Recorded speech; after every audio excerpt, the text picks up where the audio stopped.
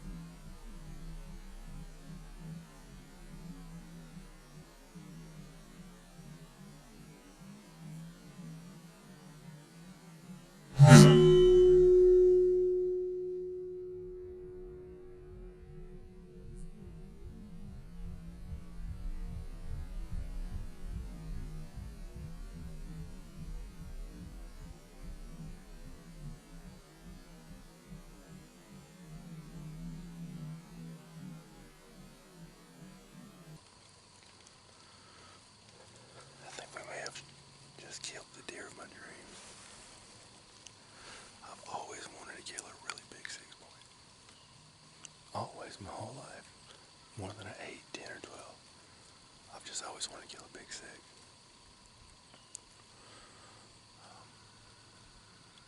He came running down from up the hill there and ran across into the food plot.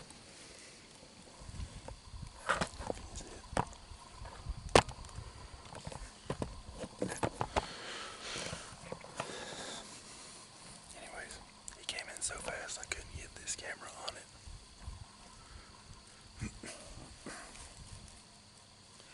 I saw him bed down right on the outskirts of the food plot.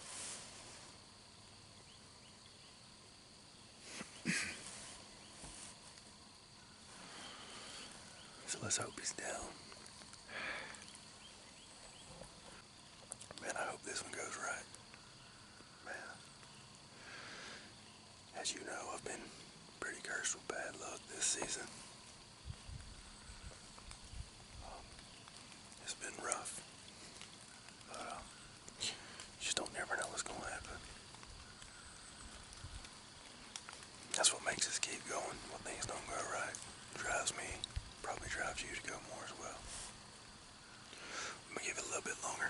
We're gonna go see if he's still there. I know he beat it down. I don't see his antlers anymore. I really can't remember where he was. I was so excited. When I saw him on the ground, I had him. But I looked away for a second, and when I went to look back, I couldn't see him. So hopefully he's still there. If he got up and pushed further, then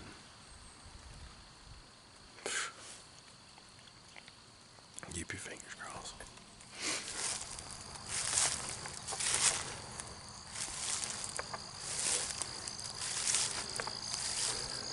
He ran out in here.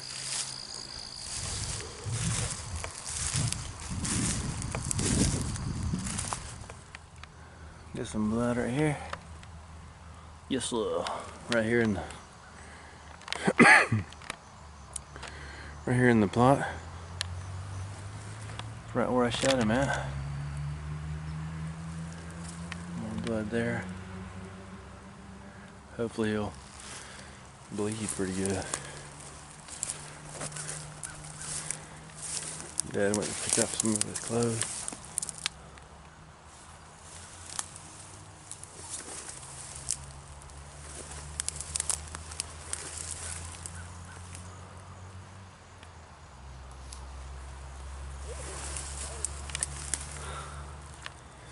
Got blood right there.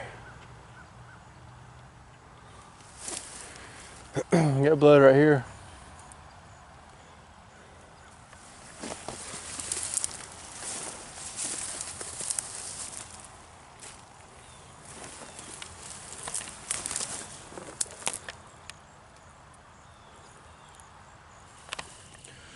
Got some more blood. It's been,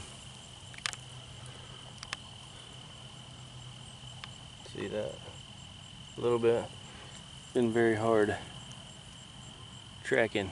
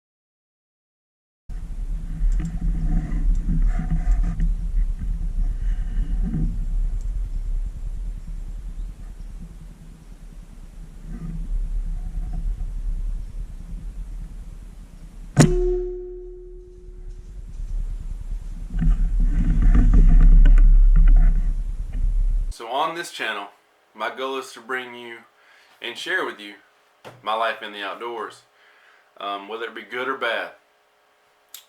Good or bad is always going to be what actually happened. The goal is for us to be able to help each other, learn from each other, share each other's experiences so we all can become better hunters, better fishermen, just better in general in the outdoors. That's why I uploaded this footage. It's what happened, it's real life, and that's what I'm about on this channel. As unfortunate as it is, and as tough of a season as I've had, you know, you guys still need to see this. So let's talk about the first deer. This one was hard. It was a real tough one to lose. I'm sorry that the footage didn't show the caliber of the deer. I was on the fence about talking about it, but again, I'm not gonna hide anything from you guys. Big buck, 200 plus pounders. It probably would have been, or definitely would have been, the biggest deer I've ever killed. I'm not one who has had a lot of opportunity to kill giant bucks because I just don't have, putting in the time. It's a lot of time for me to go hunting, just like I'm sure it is for a lot of you. So whenever I go, I try to take what I can get. Except for this year, I've been doing a pretty good job on holding out for big deer, and believe me, this was a big deer. So the deer came in, got in the food plot. I was able to get into position. I actually took 2 shots with the Bulldog. I took 1 shot, and the deer barely even acknowledged it. He kind of shifted towards me a little bit, but didn't know where the shot came from, because the Bulldog is nothing like a rifle, but it's pretty loud. I mean, it's loud for a pellet gun, but it's nowhere near as loud as a rifle. So I recocked. You can hear that in the video. put my foot or put my knee on the guide gear seat and used my boat arm that I was using to hold my bag as a rest. Made a really good shot. Something that I think is important to mention is that when the pellet hit the deer, it made an audible thud. Like I knew I hit the deer, knew I made contact. There was no denying it. It was kind of like a, something like that. But the deer didn't react to it very much. He just kind of stood there. So I recocked and was going to get ready to shoot again, but I mean, he slowly eased off in the dog fennel. I watched his antlers for a few minutes and kind of looked away and then looked back and they were gone. So then let's talk about the tracking. So I waited a little over an hour and got down to track the deer. There was blood immediately where the impact took place. Blood on the dog fennel stalk. Walked on back. It was probably 50 yards before I saw any more blood. It was obvious the deer had bedded. There was blood in 2 spots, which is good because that means we passed through. I feel like we passed through. So that's great. Problem is the holes have got to be small. That ballistic tip nozzler, I found that out through testing. It really doesn't expand. It doesn't mushroom at all. It pretty much stays that size, which is a little smaller than my pinky. So you got to be precise. And the deer was, you say I was here, so the deer was quartering slightly away from me, and I put it right on his lung. So it should have took it down no problem. From that point, the next blood that was found was another 50 yards, and that part is where it kind of opened up. Now, tracking a deer in a dog fennel field that we're letting grown up is horrible. It would have been a lot easier tracking it in the woods. The blood could fall down in that grass, and in between that dog fennel, it's hard to find. I tried my best. I was sick about it for about 2 days. I gritted from the last place I saw blood, 100 yards up at least, 100 yards left, 100 yards right. And when I say gritted, I mean I covered it. I tromped and I walked miles and miles. I even went back the next couple days, even though it's a 2-hour drive from me, to look for buzzards, blood. Never found anything. So I don't know whether it got to that open spot, saw our side by side, and just took off. Because what I found is the deer was only bleeding when it stopped. As it was moving, wasn't any blood. It's when the deer stopped for a second or two is when it actually had time to drip blood on the ground. My advice is if you hit a deer with a Bulldog, which I'm not against the Bulldog, I'm still all for the Bulldog. If you hit a deer with a Bulldog, you need to treat it as a center mass hit deer bow shot. Center mass bow shot hit. Whichever one, that kind of doesn't make sense, but center of the zone. I would recommend giving it at least 2 hours if you don't see it fall. Just know that there's not going to be any blood in my experience, at least if the deer's moving, there's not. So there's going to be very limited blood. The news is that the Bulldog did seem to pass through. It was about a 60-yard shot, 65-yard shot. Did make good contact with the deer, so it's a very accurate weapon. I'm going to do a video as soon as the rut's over, shooting some shit, trying to blow some stuff up for you guys so you can see how accurate it is at different ranges. I've shot it up to 110 yards, and it was only off a couple inches. The grip definitely is something hard to master though. I had my fingers and toes crossed that my first opportunity with a Bulldog would be against a doe, a small buck, a something other than a mature buck of a lifetime. I mean, this was my dream deer. I don't know that I could have done it differently. I could have waited longer, of course. But bright red blood, I just don't know. I'm still at a loss for words on that one. That was a hard. So let's move on to deer number 2. Deer number 2 came in. It was a little buck. It was a spike right outside his ears. Didn't see nothing but spikes. He was checking out a doe bedding area. I ran out some does when I went in that morning. So he ran right to that bedding area. Unfortunately, and you can hear in the video, the stand was making a lot of noise. That says it's been there for a couple of years. This tree has actually started to kind of grow around it. So it was doing a lot of eking when I was moving. And that deer keyed in on that. So he was about to leave. He looked at me a couple times. The only shot he presented himself before I know he was going to blow out of there and let everything in the woods know that I was there was a shoulder shot. Through my testing with the Bulldog, I've shot through 4 and 5 pieces of 1/2 inch, 3/4 inch plywood, 2x6s. So I really wasn't scared, at the moment to give him that shot right there in the shoulder blade. So I hit him. I know I hit him. I heard the textbook that I'm learning is textbook. You know, all this stuff is to help you guys. There's a lot of people who leave comments on the channel about being interested in the Bulldog for a hunting weapon. There's several of you who have Bulldogs. So, I mean, I want to share what I've learned with you guys, as bad or good as it can possibly be, to try to help some of you out. So the crazy thing is after I shot this deer, now me and my dad hunt pretty close. Anytime we hunt, we both are primitive weapon guys. We try to make things as challenging as possible for ourselves within reason. Even though it's a lot of investment for me to go up there, you know, I've killed so many deer in my lifetime. I'm trying to make it more challenging. Trying to go for bigger deer, but hey, life happens, and this is real life. So I texted my dad and said, hey, I just shot a spike about 10 minutes ago, because I watched intently, listening for at least 10 minutes. I texted him. He said, yeah, that's funny. I've had a buck in here, a spike, for the last 10 minutes, and he was probably 100 yards from me, exact direction the deer ran. He said he's been in here kind of tending scrapes, pawing at the ground. He said, I noticed he was limping on his front left shoulder. And I was like, bing! That's where I shot him, front left shoulder. Never figured it wouldn't have passed through. So anyways, the hunt continued. Got down that afternoon and tried to track the buck exactly where my dad said he was standing at, and yeah, there was nothing. I mean, he said he tore in from the direction I was hunting, which is directly to his west. He was my east, of course, and he said he pretty much barreled right in there and stopped, stood there for a few minutes, and started tending scrapes, scraping them and looking around. It's weird, real weird. Now, do I think the Bulldog will kill a deer? Absolutely. After the first deer occurrence, the mature buck, the one that still has me a little sick, I scoured the internet for a better expanding ammo, because I felt like that would really help me. I feel like it'd really help for blood. It'd help with the overall trauma. So I was able to find some. I had and ordered it. It'll actually be here on Monday. Today is Friday. So when it gets here, I'll show you a video of that. Kind of do some shooting with it. Kind of do a review. It's go time right now. It's time to get in the woods. I went hunting this morning, saw deer. I've seen deer every time I go.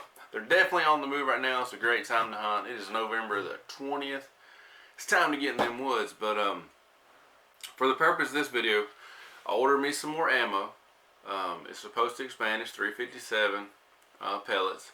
I believe they're made by Nielsen or something like that. I literally was just online looking for Hollow Point 357 ammo. They're 142 grains, and I was like, boom, order. Get them things here, you know, because I intend to use the Bulldog even more. The Bulldog will kill a deer. It's not going to be textbook. So for me, in my history of deer hunting, I try to make shots happen. That's why I shoot the biggest, nastiest broadheads I can find, swackers or dead ringers. When you put up a big investment going hunting, as a lot of you know, it's rare to get that textbook 30-yard broadside shot. You know what I mean? So I take quartering away shots are generally a good shot. I've even killed a couple deer that were quartering towards or facing me with my bow. So trying to make shots happen so far with this weapon are out. I mean, in my opinion, at this point in time, you're going to be looking for that textbook shot. Distance is not so much a concern, but you definitely want to double lung. I wouldn't shoot for shoulder. I wouldn't shoot the chest. I mean, I'm not saying you couldn't do it and find the deer. Absolutely am I not saying that, because it could happen. Everybody has a day where the moon and the stars align, and you could pretty much be doing jumping jacks in the stand, and the buck of a lifetime will still come to you. I've had that day a couple of times. Sometimes it's just not a giant. Sometimes it's just a bunch of deer. So yeah, shot placement's gonna matter. I would recommend only going for the double lung, never a single lung. It's gonna have to be 20, 30, 40, 50 yard double lung, deer stop. Perfect scenario. That's what I would recommend with this gun. I still believe in the gun. It's very powerful. Just unfortunate that the ammunition, the nozzlers specifically, do not expand at all. They're not pure lead. They're like a lead alloy. They're a very hard bullet, but they don't expand. So with that, you're definitely going to want to see my next video. Today's Friday. It's going to come out Tuesday. Believe it or not, in my next video, I actually do bring a deer down and recover it with the Benjamin Bulldog. So if you have not subscribed already, please go ahead and subscribe. Hit that notification bell. You don't want to miss this video. It's going to be good. Like I said, I still believe in the Bulldog, and I'm going to keep using it. Can't wait to get my new ammo.